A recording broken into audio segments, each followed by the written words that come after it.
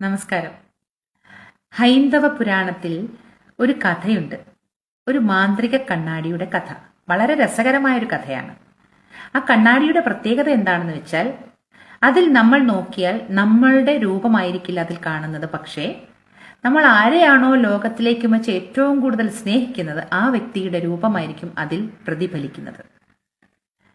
ഈ മാന്ത്രിക കണ്ണാടി ആദ്യം കിട്ടുന്നത് ഹിഡുംബിക്കാണ്, ഭീമന്റെ ഭാര്യ, രാക്ഷസപുത്രിക്ക്. അവൾ ആ കണ്ണാടിയിൽ നോക്കുമ്പോൾ കാണുന്നത് ഭീമന്റെ മുഖമാണ്. ലോകത്തിലേക്കും വെച്ച് ഏറ്റവും കൂടുതൽ സ്നേഹിക്കുന്നത് ഭീമനെ ആയതുകൊണ്ട് തന്നെ സന്തോഷാധിക്യത്താൽ ആ കണ്ണാടിയുമായി ഹിഡുംബി ഭീമന്റെ അടുത്തേക്ക് ഓടി. ഭീമൻ ആ കണ്ണാടി വാങ്ങി നോക്കിയപ്പോൾ കാണുന്നത് ദ്രൗപദിയുടെ മുഖമാണ്. കാരണം ഭീമൻ ഈ ലോകത്തിലേക്കും വെച്ച് ഏറ്റവും കൂടുതൽ സ്നേഹിക്കുന്നത് ദ്രൗപദിയാണ്.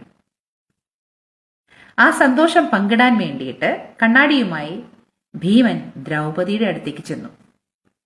ദ്രൗപദി ആ കണ്ണാടി വാങ്ങി നോക്കുമ്പോൾ അതിൽ കാണുന്നത് വില്ലാളി വീരനായ അർജുനന്റെ മുഖമാണ്. എന്താ അല്ലേ? ഇതാണ് ലോകം. നമ്മൾ ആത്മാർത്ഥമായി സ്നേഹിക്കുന്നവർ നമ്മളെ തിരിച്ചു സ്നേഹിക്കും എന്ന് വിചാരിക്കരുത്.